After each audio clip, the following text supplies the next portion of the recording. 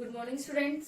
हमारा टॉपिक चल रहा था ड्रिवन हार्मोनिक ऑसिलेटर। इसके अंदर हम लोग पावर एब्जॉर्प्शन निकाल रहे थे। फोर्स्ड ऑसिलेटर या जो हमारा ड्रिवन हार्मोनिक ऑसिलेटर होता है, इसके द्वारा जो पावर एब्जॉर्प्शन होगा उसके अंदर हमने निकाल लिया था कि एवरेज ऑफ पी का मान क्या आएगा, 1/2 omega X naught F naught sine phi, यानी जो माध्य अवशोषित शक्ति है इसका मान हमारे पास में यह आया था। ठीक है, इसको हम आगे सोल्व करते हैं और जो हमारी रेजोनेंस कंडीशन आएगी omega equal to omega naught, जो हमारी रेजोनेंस फ्रीक्वेंसी आएगी उसको हम ज्ञात करते हैं और रेजोनेंस फ्रीक्वेंसी पर मैक्सिमम पावर जो होगी उसका मान क्या होगा वो हम निकालते हैं।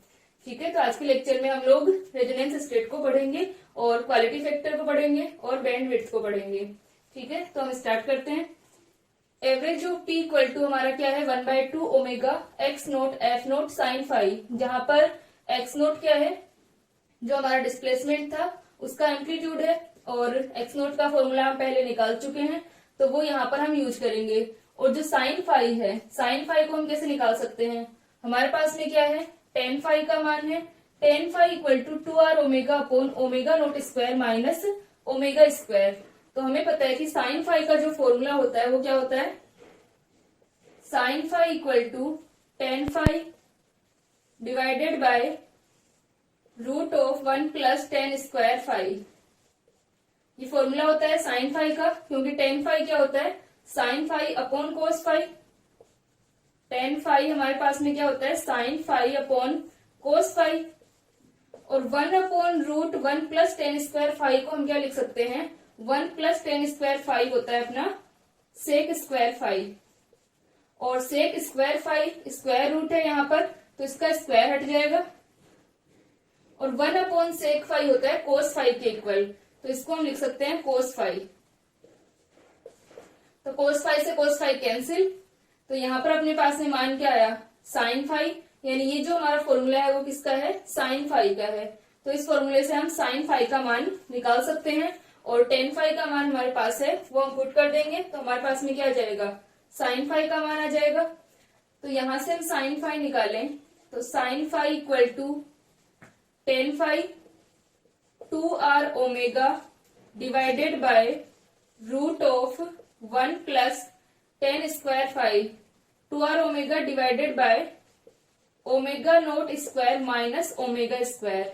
ठीक है, और 1 प्लस टेन स्क्वायर फाइव तो 4r square omega square divided by omega naught square minus omega square का होल स्क्वायर। टेन फाइव जो है उसका हमने क्या कर दिया, स्क्वायर कर दिया। तो यहां से साइन फाइव का मान हमारे पास आ गया, sine phi equal to 2r omega divided by omega naught square minus omega square. और इसको हम क्या ले लेंगे, एलसीएम ले लेंगे, तो यह आ जाएगा omega naught square minus omega square का होल स्क्वायर प्लस का 4r square omega square divided by omega naught square minus omega square का होल स्क्वायर। ठीक है, इससे हमने क्या कर दिया, इसको डिवाइड कर दिया। अब हमारे पास में क्या है कि जो omega naught square minus omega square का होल स्क्वायर है और ये स्क्वायर रूट के अंदर है, तो इस रूट के अंदर ये वैल्यू है, तो हम क्या कर सकते हैं, इसका स्क्वायर हट जाएगा और ये डिनोमिनेटर में है यहाँ पर, तो ये कहाँ चला जाएगा, यहाँ पर न्यूमरेटर में आ जाएगा। तो इसको हम लिख सकते हैं sine phi equal to 2r omega omega naught square minus omega square divided bye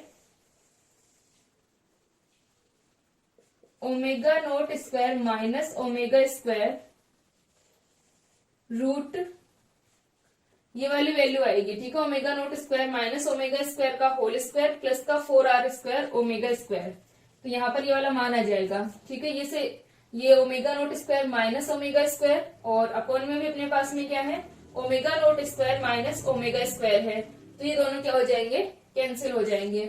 तो साइन फाइव का मान हमारे पास बचेगा, sine phi equal to 2r omega divided by omega naught square minus omega square का होल स्क्वायर प्लस का 4r square omega square की power half. ये हमारे पास में मान बच गया। इसकी पावर 1/2, ये हमारा किसका मान आ गया, साइन फाई का मान आ गया। साइन फाई का मान हम क्या रख देंगे, एवरेज ऑफ पी का जो हमारा मान है माध्य अवशोषित शक्ति है, उसके अंदर हम क्या रख देंगे, इसका साइन फाई का मान रख देंगे। और एक्स नोट का मान हमारे पास में है, एक्स नोट की वैल्यू हम रख देंगे और साइन फाई का मान रख देंगे। तो हम लिखते हैं एवरेज ऑफ पी के मान में साइन फाई तथा एक्स नोट का मान रखने पर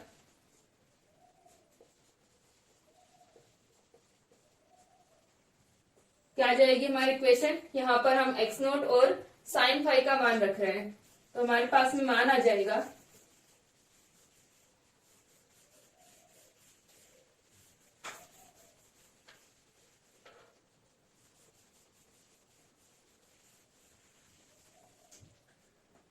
यह आ जाएगी equation average of P equal to 1/2 omega X naught की जगह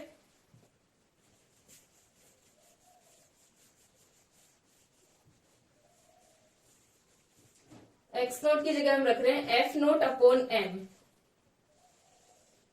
एफ नोट अपॉन एम और omega naught square minus omega square का होल स्क्वायर प्लस का 4r² ओमेगा स्क्वायर की पावर हाफ, ये हमने रख दिया एक्स नोट की जगह। फिर हमारे पास में क्या है, एक एफ नोट और है तो इसका स्क्वायर हो जाएगा। फिर साइन फाई का मान, तो साइन फाई का मान क्या है 2r ओमेगा, ये इंटू के लिए लगाया था, तो 2r omega divided by omega naught square minus omega square का होल स्क्वायर प्लस का 4r² ओमेगा स्क्वायर की पावर हाफ।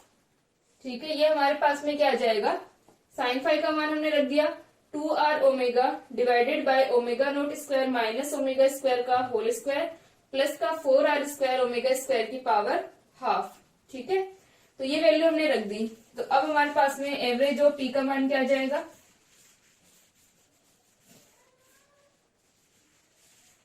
यहां से average of P equal to 1/2, 2 से 2 कैंसिल हो जाएगा, 1/2 यहाँ पर कैंसिल हो गया, एफ नोट का स्क्वायर है और ओमेगा का भी क्या हो जाएगा, स्क्वायर हो जाएगा, तो ये हो जाएगा F naught square upon M R omega square divided by, अब यहां से हम देख सकते हैं कि हमारे पास में जो ब्रैकेट वाली वैल्यूज है, ये वाली वैल्यू और ये वाली वैल्यू सेम है, तो यहाँ पर ये वाली इक्वेशन ये वाला और ये वाला दोनों मान हमारा सेम है, इसकी पावर 1/2 है, इसकी पावर 1/2 है, तो क्या हो जाएगा, पावर 1 हो जाएगी क्योंकि यहाँ पर स्क्वायर हो रहा है इनका, तो यह आ जाएगा omega naught square minus omega square का होल स्क्वायर प्लस का 4r² ओमेगा स्क्वायर।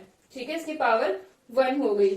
अब हम क्या करते हैं कि ओमेगा स्क्वायर हमारे पास में क्या है, न्यूमरेटर के अंदर है, तो डिनोमिनेटर में से हम ओमेगा स्क्वायर को कॉमन ले लेते हैं, तो average of P equal to F naught square upon M R omega square divided by omega square हमने कॉमन लिया, तो यहाँ पर क्या होगा, अगर ओमेगा स्क्वायर हम इस ब्रैकेट से कॉमन ले ले तो ओमेगा की पावर 4 हो जाएगी, जबकि हमें क्या लेना है, यहाँ पर ओमेगा स्क्वायर को कॉमन लेना है। ठीक है, तो यहाँ पर हमारे पास में ओमेगा स्क्वायर बाहर आए ओनली, इसके लिए हमें इस ब्रैकेट से क्या लेना है, ओनली ओमेगा को कॉमन लेना है, क्योंकि ओमेगा यहाँ पर टोटल की क्या है, इसकी पूरे ब्रैकेट का स्क्वायर है, तो इसमें से अगर हम ओनली ओमेगा को कॉमन लेंगे तब हमारा ओमेगा स्क्वायर बाहर आएगा, तो हम लिख सकते हैं ओमेगा स्क्वायर,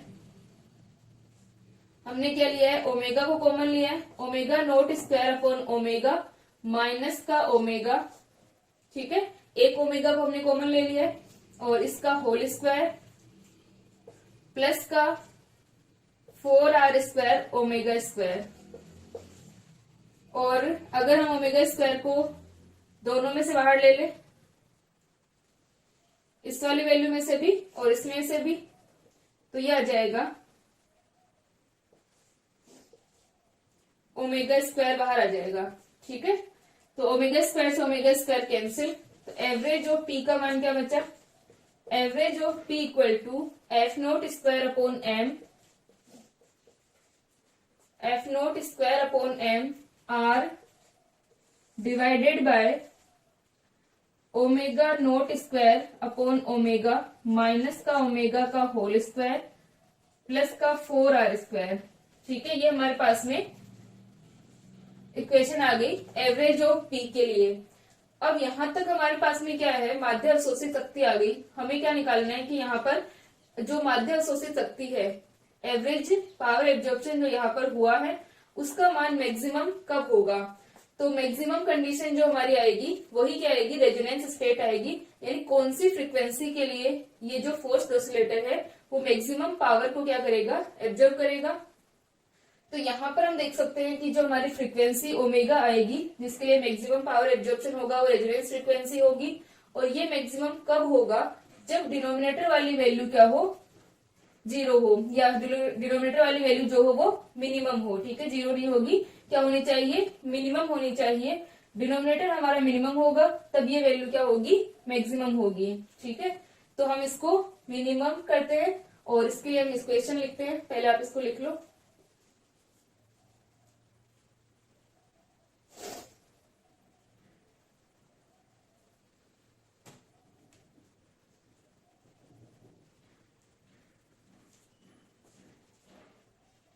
ठीक है, यहां तक हो गया।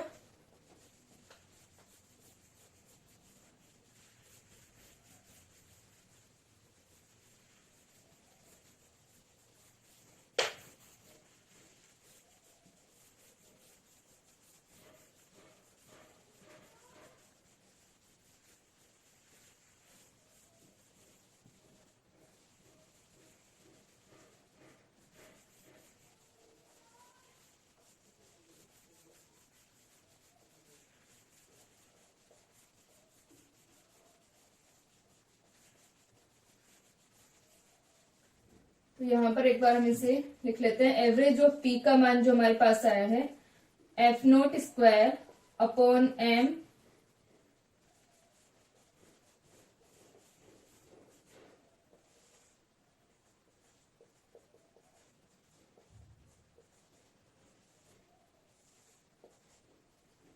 Omega naught square upon omega minus omega का होल स्क्वायर प्लस का 4r²। ठीक है, ये हमारे पास में एवरेज ऑफ पी का मान आया है। तो हम लिख सकते हैं कि एवरेज ऑफ पी जो है यहाँ पर मैक्सिमम हो के अधिकतम मान के लिए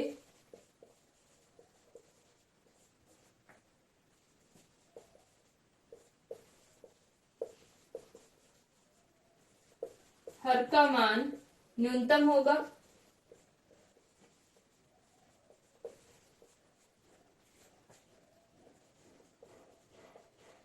ठीक है, जब ये अपना डिनोमिनेटर जो है वो मिनिमम हो तो ये क्या हो जाएगा, मैक्सिमम हो जाएगा। अतः मिनिमम और मैक्सिमा के लिए इसका फर्स्ट डेरिवेटिव क्या करेंगे, इक्वल टू 0। तो ये हो जाएगा d/d ओमेगा। और यहाँ पर हमारा जो वेरिएबल है वो क्या है, फ्रीक्वेंसी है ओमेगा। तो यहाँ पर d/d omega, omega naught square upon omega minus omega का होल स्क्वायर प्लस का 4r² इक्वल टू 0। अब 4r² ये तो ओमेगा पर डिपेंड कर नहीं रहा, तो क्या होगा, इसका डिफरेंशिएशन होगा ओनली, ये वाला जो हमारा ब्रैकेट है। तो इसका हमने डिफरेंशिएशन किया तो मान क्या आ जाएगा, 2 ओमेगा नोट का square upon omega minus omega का होल स्क्वायर माइनस ओमेगा। ठीक है, यहाँ पर होल स्क्वायर है इसका, तो x का जब स्क्वायर होता है तो हम क्या करते हैं, 2x होता है। तो यहाँ पर जो हमारी ब्रैकेट वाली वैल्यू है वो क्या आ जाएगी, ऐसे कैसे आ जाएगी, 2 आगे आ जाएगा। अब हम ब्रैकेट को सोल्व करते हैं। तो ब्रैकेट का अगर हमने डिफरेंशिएशन किया तो क्या होगा, omega naught square upon omega, तो माइनस का omega naught square upon omega square हो जाएगा, क्योंकि 1 अपॉन ओमेगा का डिफरेंशिएशन माइनस का 1 अपॉन ओमेगा स्क्वायर। पहले भी जैसे हमने सोल्व किया था सेम वही प्रोसेस है। यहाँ पर माइनस का ओमेगा का हमने किया। ठीक है, यहाँ पर omega naught square upon omega minus का ओमेगा, तो इसका हमने किया तो क्या आ गया, माइनस का 1 इक्वल टू 0। बस हमें क्या करना है, इसको डिफ्रेंशिएट करना है, ये वाली जो हमारी वैल्यू है। अब यहां से हम देख सकते हैं कि हमारे पास से मान क्या आ जाएगा,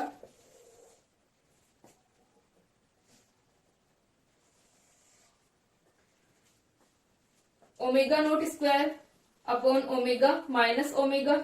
अगर हम 2 को इक्वल टू 0 कर दे तो हमारे पास में ये क्या हो गया, omega naught square minus omega square, और ये हो जाएगा माइनस का ओमेगा या माइनस को हम कॉमन ले लें तो omega naught square plus omega square equal to 0। तो हमारे पास में क्या आ जाएगा, omega naught equal to omega. ठीक है, या तो हम इसे चाहे mod of omega naught equal to mod of omega लिख सकते हैं। तो हमारी जो फ्रीक्वेंसी होगी वो क्या हो जाएगी, omega naught equal to omega.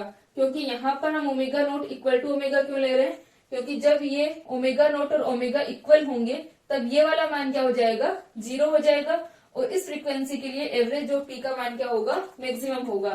तो यहाँ पर हम लिख सकते हैं, ये हमारा जो 2 था और इसमें से हमने क्या लिया है, ओमेगा एलसीएम लिया है यहाँ पर, और यहाँ पर हमने ओमेगा स्क्वायर को एलसीएम लिया है, ये ओमेगा क्यूब हो गया। तो हम लिख सकते हैं, अतः एवरेज जो पी के अधिकतम मान के लिए, अधिकतम मान के लिए क्या हो जाएगा इसका मान, omega naught equal to omega. ठीक है, तो omega naught equal to omega ये क्या कहलाती है, रेजोनेंस फ्रीक्वेंसी कहलाती है। यह आवृत्ति अनुनादी आवृत्ति, रेजोनेंस फ्रीक्वेंसी आवृत्ति कहलाती है। तो क्या हो जाएगा, अनुनादी आवृत्ति पर, रेजोनेंस फ्रीक्वेंसी पर क्या होगा, पावर एब्जॉर्प्शन मैक्सिमम होगा। तो यहां पर हम देख सकते हैं कि अनुनादी आवृत्ति पर average of P maximum equal to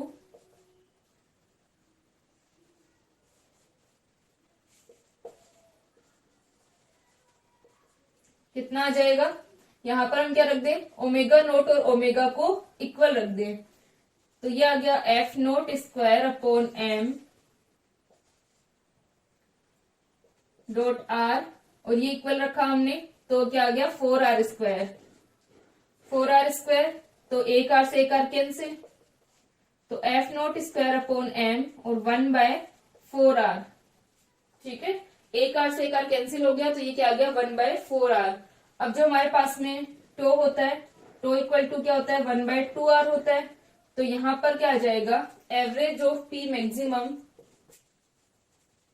to क्या होता है, रिलैक्सेशन टाइम होगा, विश्रांति काल। तो टो के लिए अपने पास में 1/2r का मान, ये 1/2r होता है। तो F naught square by M divided by 2m, और 1/2r की जगह हम क्या लिख सकते हैं, टो लिख सकते हैं। ठीक है, तो ये हमारे पास में मैक्सिमम जो मान आएगा एवरेज ऑफ पी का, वो ये आ गया। अब यहाँ पर हम ग्राफ बनाते हैं, जो कर्व हमारा आएगा ओमेगा और जो पावर एब्जॉर्प्शन है उसके बीच में। तो यहाँ पर जो मैक्सिमम वैल्यू आएगी एवरेज ऑफ पी मैक्सिमम, वो किसके ऊपर आएगा, omega equal to omega naught पे आएगा।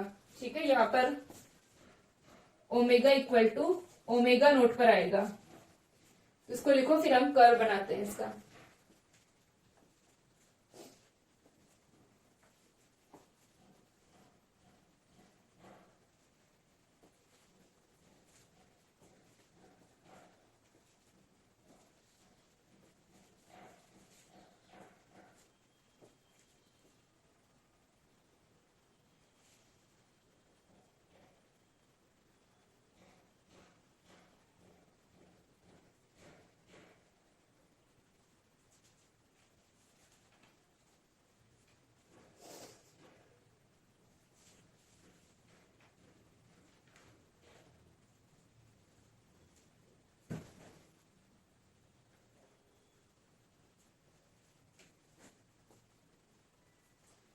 यहां तक हो गया।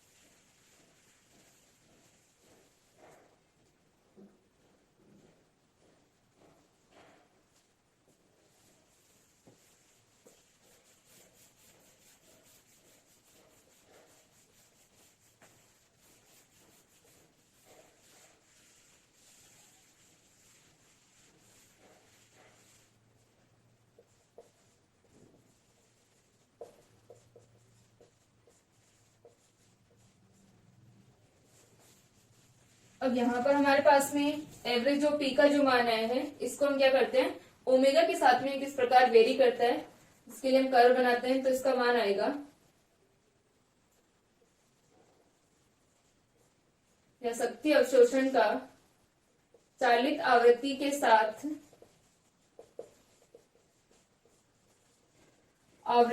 साथ शक्ति अवशोषण का परिवर्तन या अवशोषित शक्ति का परिवर्तन।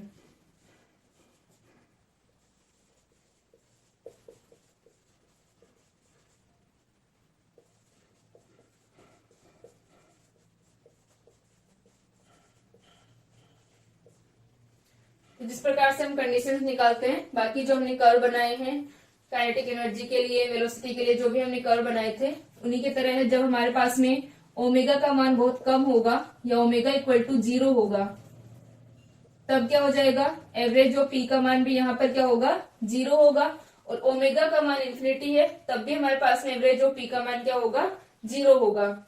और जब omega equal to omega naught होगा, यानी जब इस चालक बल की जो हमारा फोर्स्ड, यहाँ पर हमने फोर्स यूज किया है, उस फोर्स की जो फ्रीक्वेंसी है वो क्या हो, इसकी जो फंडामेंटल फ्रीक्वेंसी है, मूल या जो इसकी नेचुरल फ्रीक्वेंसी है, स्वाभाविक आवृत्ति है, उस नेचुरल फ्रीक्वेंसी के इक्वल जब ये ड्रिवन फ्रीक्वेंसी हमारी होगी, चालित आवृत्ति होगी, तो उस कंडीशन के अंदर जो शक्ति अवशोषण है वो क्या होगा, अधिकतम होगा। ठीक है, जब स्वाभाविक आवृत्ति और ये चालित आवृत्ति क्या हो जाएंगे, इक्वल हो जाएंगे।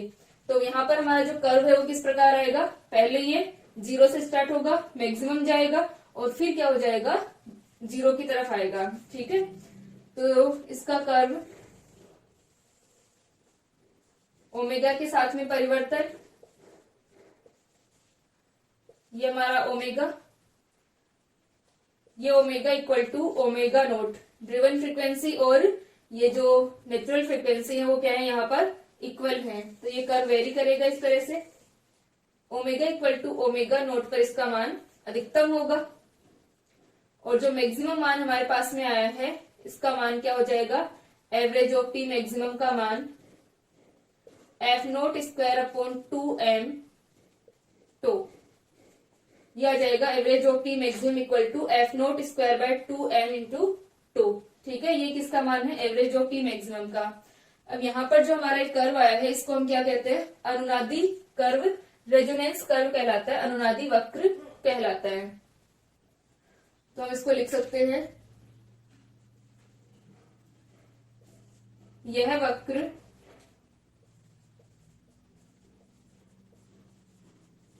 अनुनादी वक्र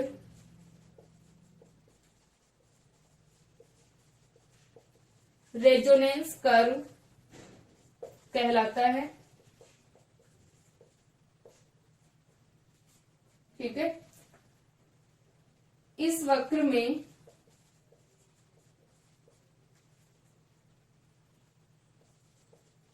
यहाँ पर जो हमारा एक कर्व है, इसके अंदर 2 पॉइंट्स को डिफाइन करते हैं, ए और बी पॉइंट्स, जिनके लिए जो फ्रीक्वेंसी है वो क्या होगी, इनकी जो फ्रीक्वेंसी ओमेगा 1 और ओमेगा 2 के लिए हम लोग यहाँ पर इसको डिफाइन करते हैं, 2 पॉइंट्स को लेते हैं। ठीक है, तो पहले हम इसको लिख लेते हैं कि ये जो हमारा कर्व है, यह वक्र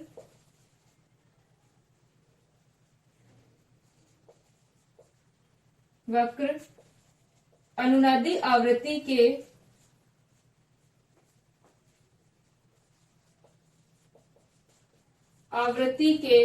दोनों ओर सममित होता है। क्या होगा, ये कर्व सिमेट्रिक होगा, रेजोनेंस फ्रीक्वेंसी के दोनों ओर, यानी जिस तरह का ये ग्राफ हमारा, ये जो कर्व हमारा omega equal to omega naught से पहले आ रहा है, वैसा ही क्या आता है, omega equal to omega naught के बाद आता है। तो यहाँ पर हम देख सकते हैं कि जो हमारी रेजोनेंस फ्रीक्वेंसी है, इसके दोनों ओर ये क्या है, सिमेट्रिक कर्व है। अब हम लोग डिफाइन करते हैं हाफ पावर पॉइंट्स को। तो हम इसके लिए लिख सकते हैं कि इस वक्र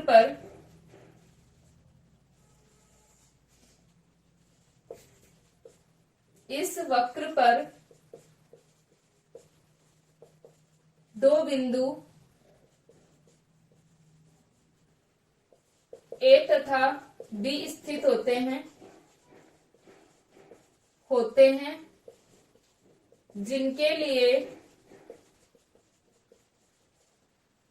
लिए क्या होगा, एवरेज ऑफ पी का मान, एवरेज ऑफ पी मैक्सिमम क्या आधा होता है, हाफ होता है।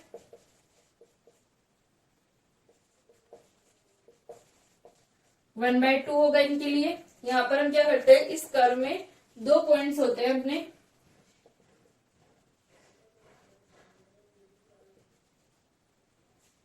ओमेगा 1 फ्रीक्वेंसी और ओमेगा 2 फ्रीक्वेंसी, और इन दोनों पॉइंट्स के लिए एवरेज ऑफ पी का मान क्या होगा, एवरेज ऑफ पी मैक्सिमम, यानी ये जो मैक्सिमम मान है इसका क्या होता है, हाफ होता है। और इन बिंदुओं को हम क्या कहते हैं, इन बिंदुओं को अर्ध शक्ति बिंदु, अर्ध शक्ति बिंदु, हाफ पावर पॉइंट्स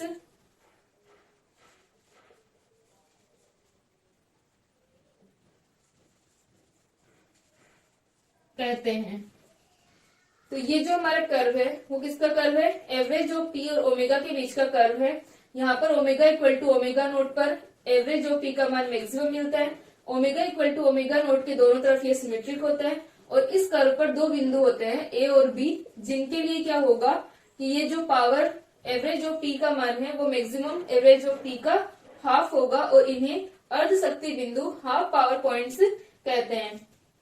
इनके कोरेस्पॉन्डेंस जो फ्रीक्वेंसी होगी वो क्या होती है, ओमेगा 2 और ओमेगा 1 होती है। आगे हम डिफाइन करेंगे कि ओमेगा 2 और ओमेगा 1 का जो डिफरेंस होता है इसे क्या कहते हैं, इसकी बैंड विड्थ कहते हैं। आवृत्ति विस्तार या जो हमारा बैंड विस्तार जो होगा उसे हम कहते हैं। ठीक है, इसको लिख लो, फिर हम लोग निकालते हैं इसके जो क्वालिटी फैक्टर है इसका मान किस तरह से आएगा।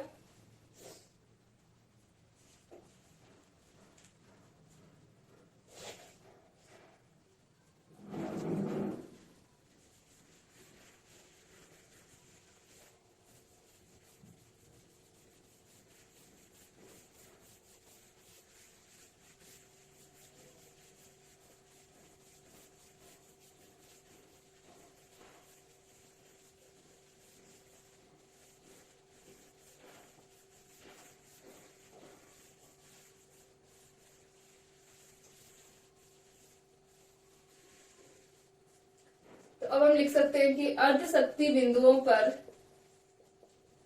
अर्ध शक्ति बिंदुओं पर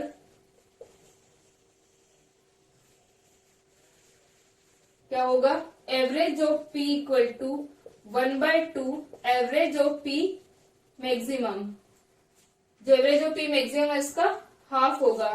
तो यहां से हम निकालें तो एवरेज ऑफ पी का मान क्या है, F naught square upon M R upon omega naught square upon omega minus omega का होल स्क्वायर प्लस का 4r square equal to 1/2 F naught square upon 2m। ये 1/2 हमने ये वाला लगाया यहाँ पर। अब P मैक्सिमम का मान हम रख देते हैं, तो ये हो जाएगा F naught square upon 2m, और टो का मान क्या है 1/2r। तो यहां से हम देख सकते हैं एफ नोट स्क्वायर से एफ नोट स्क्वायर हमारा कैंसिल, m से m कैंसिल हो जाएगा, तो ये बच जाएगा r divided by omega naught square upon omega minus omega का होल स्क्वायर प्लस का 4r स्क्वायर इक्वल टू, ये कितना हो गया 1 एफ नोट स्क्वायर कैंसिल हो गया, 2 इंटू 2 और 2 8r हो गया। ठीक है, और इस 8r को हम इधर मल्टीप्लाई कर दे तो 8r square equal to omega naught square upon omega minus omega का होल स्क्वायर प्लस का 4r स्क्वायर, ये हमारे पास आ गया।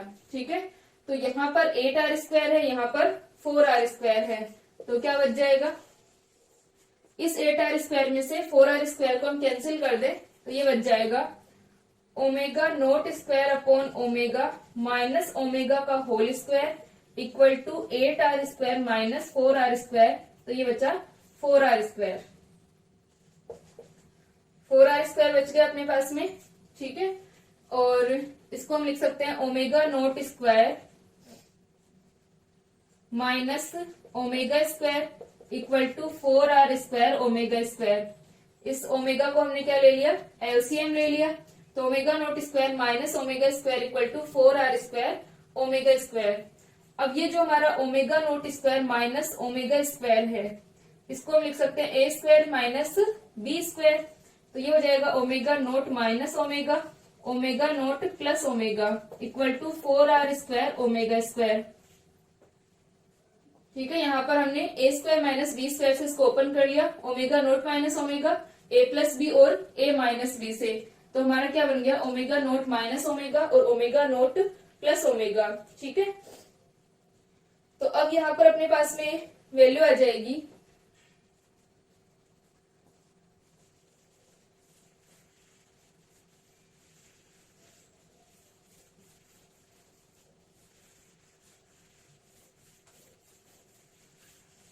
अब हम इसको आगे सिंप्लीफाई कर सकते हैं। तो यहाँ पर अपने पास में जो, एक मिनट, यहाँ पर इसका स्क्वायर था, ठीक है, ओमेगा नॉट स्क्वायर इसका होल स्क्वायर है। पहले इसके होल स्क्वायर को हम हटा देते हैं, दोनों साइड अगर हम स्क्वायर को हटाते हैं तो क्या हो जाएगा, ये omega naught square minus omega square equal to 4r omega 2r omega, ठीक है। क्योंकि 4r² ओमेगा स्क्वायर है तो क्या हो जाएगा 2r ओमेगा हो जाएगा। अब अपने पास में आ गया, अब हम इसको लिख सकते हैं a प्लस बी और a माइनस बी की फॉर्म में, क्योंकि पहले हमारे पास में क्या था, इसका होल स्क्वायर था। तो अब हम इसका होल स्क्वायर हटा के इसको a प्लस बी और a माइनस बी की फॉर्म में लिख सकते हैं, क्योंकि यहाँ से स्क्वायर हट गया। तो अब अपना बन जाएगा omega naught minus omega omega naught plus omega equal to 2r omega, ठीक है। अब ओमेगा नॉट प्लस ओमेगा को हम क्या लिख सकते हैं, omega naught plus omega approximate 2 omega, ठीक है। यहाँ पर अपने पास में ओमेगा नॉट प्लस ओमेगा को हम क्या ले लिए, ठीक है। इसके लिए अपन लिख सकते हैं इसको कि यदि अर्धशक्ति बिंदुओं की आवृत्तियां, यदि अर्धशक्ति बिंदुओं की आवृत्तियां ओमेगा नोट के निकट हैं, तो क्या हो जाएगा, तो omega naught plus omega approximate 2 omega, ठीक है। यहाँ पर अपने पास में ओमेगा नोट प्लस ओमेगा को हम क्या ले लेते हैं, अप्रोक्सीमेट 2 ओमेगा।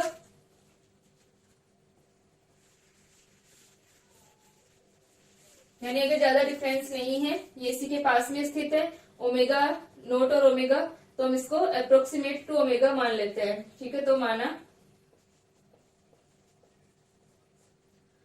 अब यहां से हम इसका मान रखें तो ये आ जाएगा ओमेगा नोट माइनस ओमेगा और ये आ गया 2 omega equal to 2r omega, ठीक है। तो ये बन जाएगा 2 ओमेगा से 2 omega cancel, omega naught minus omega equal to, यहाँ पर हमारा जब हमने स्क्वायर हटाया था तो ये प्लस माइनस 2r आएगा, तो ये भी अपना क्या हो जाएगा, प्लस माइनस 2r चल रहा है, तो प्लस माइनस 2r, यहाँ पर ओमेगा 2 ओमेगा से 2 ओमेगा कैंसिल और ये आ जाएगा प्लस माइनस r आ जाएगा, ठीक है। तो ये जो प्लस माइनस r हमारे पास आया है, इसके लिए हम क्या ले सकते हैं, एक बार प्लस r ले सकते हैं और एक बार हम यहाँ पर माइनस ले सकते हैं, ठीक है।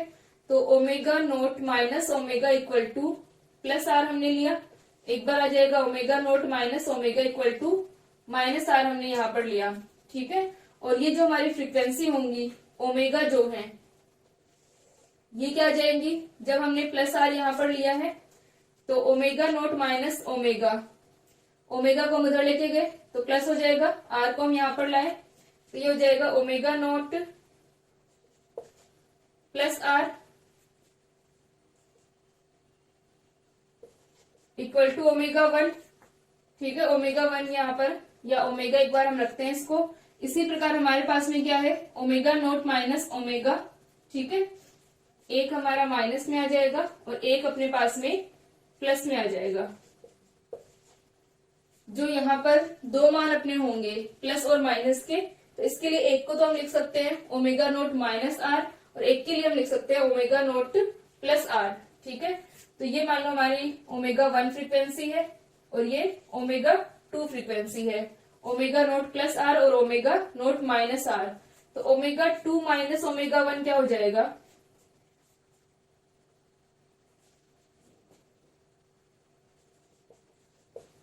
इसको हमने ओमेगा 1 मान लिया, इसको ओमेगा 2, तो omega 2 minus omega 1 equal to क्या हो जाएगा, omega naught plus r minus omega naught plus का आर।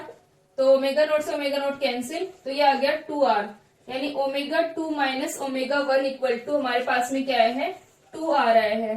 अब जो Q होता है क्वालिटी फैक्टर, इसका मान क्या होता है, क्वालिटी फैक्टर हमारे पास में ओमेगा नोट टो होता है, और टो का मान क्या हो जाएगा ओमेगा नोट अपॉन 2r। ठीक है, ओमेगा नोट टो और 2r का मान यहाँ पर अपने पास में क्या हो जाएगा 2r equal to omega 2 minus omega 1। तो Q इक्वल टू हो गया omega naught upon omega 2 minus omega 1। ठीक है, ये हमारा Q का मान आ गया। तो इसे हम क्या कहते हैं, क्वालिटी फैक्टर Q है। Q का मान क्या है, स्वाभाविक आवृत्ति अपॉन जो ये बैंड विड्थ है। ओमेगा 2 माइनस ओमेगा 1 क्या कहलाता है, बैंड विड्थ कहलाता है, बैंड विड्थ, बैंड विस्तार।